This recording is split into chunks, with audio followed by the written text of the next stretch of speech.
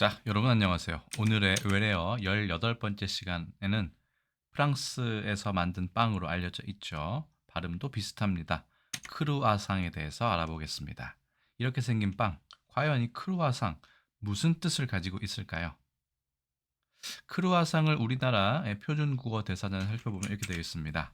프랑스어 쿼성에서 왔다. 초승달 모양으로 벌써 바로 나왔네요.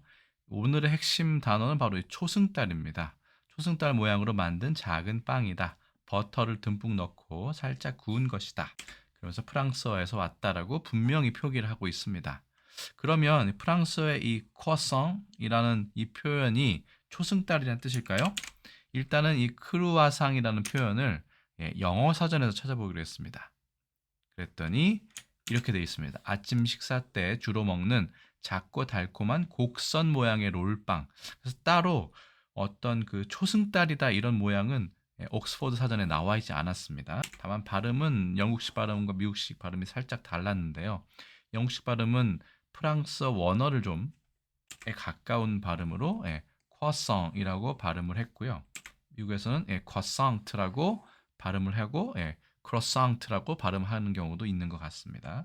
그런데 중요한 거는 이 크루아상의 단어의 어원이 라틴어 크레세레, 그러니까 grow, 점점 자라다, 점점 몸집이 커지다의 뜻에서 왔다라고 되어 있습니다. 그렇다면 초승달은 과연 영어로 어떻게 될까요? 초승달도 이거랑 비슷합니다. 그래서 crescent라고 발음을 하는데 가운데는 넓고 양쪽이 끝이 뾰족한 곡선 모양이라고 해서 우리 보통 초승달 이렇게 표시를 하죠. 근데 이거와 자라다는 어떤 관계가 있을까요? 이 달이 완전히 검게 안 보이다가 조금씩 보이기 시작하는 게 바로 초승달이죠. 그러다가 반달이 되고 나중에는 금음달 돼서 다시 또 없어지게 되죠. 초승달부터는 달의 크기가 점점 커지는 것만 남았습니다.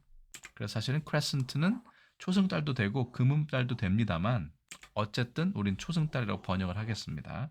영어로는 이 두 개를 거의 구분하지 않고 실제로 뭐 waxing crescent라고 하면 그거는 초승달, waning crescent라고 하면 그거는 금음달로 하지만 어쨌든 어, 영어에서는 crescent moon이라고 하면 초승달이든 금음달이든 상관없습니다. 이렇게 생기거나 이렇게 생긴 것을 crescent라고 하는데 아까 말씀드린 대로 이 crescent는 점점 커진다의 뜻이 있기 때문에 초승달이 여기에서는 더 맞는 것 같다라는 생각이 듭니다.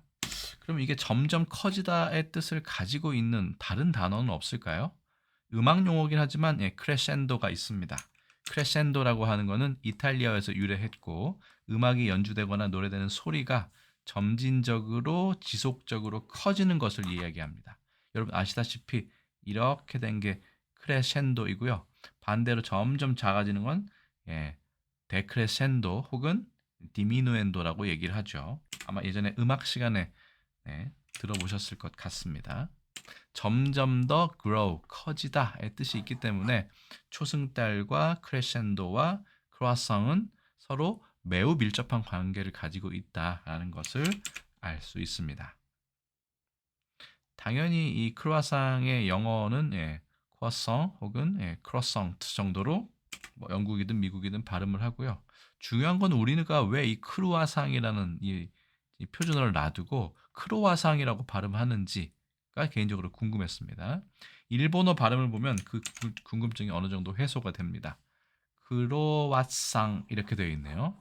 그래서 우리나라는 크루아상이 표준어지만 크로와상이라고 발음하는 경우가 많고 일본어와 비슷합니다. 크로와상 이렇게. 제일 그러면 중요한 거는 중국에서는 음역보다는 의역을 많이 하는데 그러면 중국에서는 어떻게 번역을 했을까 상당히 궁금했습니다. 봤더니 초승달은 아니었고요.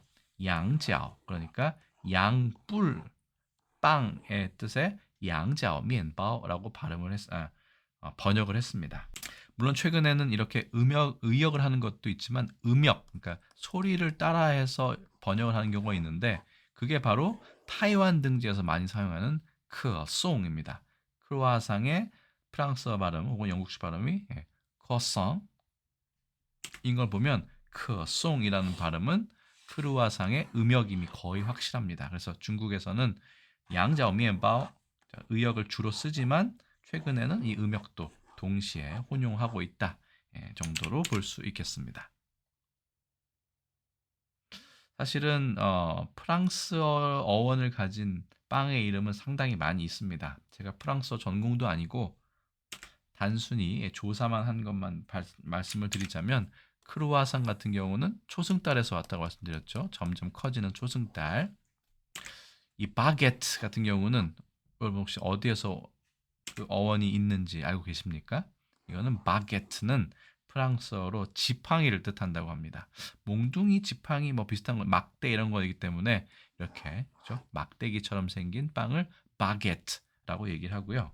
제가 또 개인적으로 궁금했던 거는 최근에 보면 이렇게 프랑스어의 발음을 가져온 하지만 그 의미를 알 수 없는 빵들이 상당히 많은데 그 중에 일본어의 발음을 따라 했겠죠. 휘낭시에라는 것이 있습니다. 영어로는 financier라고 하지만 프랑스어는 당연히 financier 이렇게 발음을 합니다. 그거를 일본 사람들이 가져가서는 financier를 휘낭시에로 바꾼 다음에 그게 우리나라로 바로 들어온 경우입니다. 환타라든가 환타스틱, 후라이와 같이 F 발음을 히읗 H 발음으로 바꾼 어떤 대표적인 경우라고 할 수 있겠죠. 사실은 여기서도 보시면 이 finance가 잠깐 보이실 겁니다. finance 자체가 금융 이런 뜻이죠. 금융업을 하는 사람, 금융업자 이런 뜻의 financier를 그대로 가져온 것이 휘낭시에라는 빵입니다. 그러면 금융업과 이 휘낭시에 빵은 어떤 관계가 있을까요? 나중에 기회가 되면 다른 또 외국어, 외래어 시리즈로 설명을 드리겠지만 이거는 금융업자들이 자주 다룬다는 어떤 조금은 무리한 해석이긴 합니다만 이건 금괴를 얘기합니다. 금덩어리의 금괴, 괴자 이렇게 쓰죠. 잘 보시면 금괴하고 상당히 닮아 있습니다. 그래서 휘낭시에는 금융업자의 뜻이었지만 금괴 모양의 약간 딱딱한 아주 크진 않습니다. 딱딱한 빵을 이야기하는 것이고요.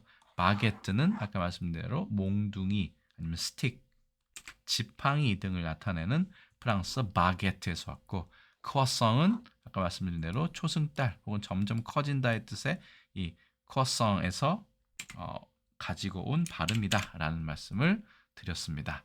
빵의 이름만 보더라도 이 외래어의 그 어원이 상당히 신선하게 느껴집니다. 앞으로 크루아상, 바게트, 휘낭시에를 보실 때 프랑스어로 그런 뜻이었지라고 생각을 하시면 조금 더 친숙하게 구매를 하시거나 드실 수 있을 것 같습니다.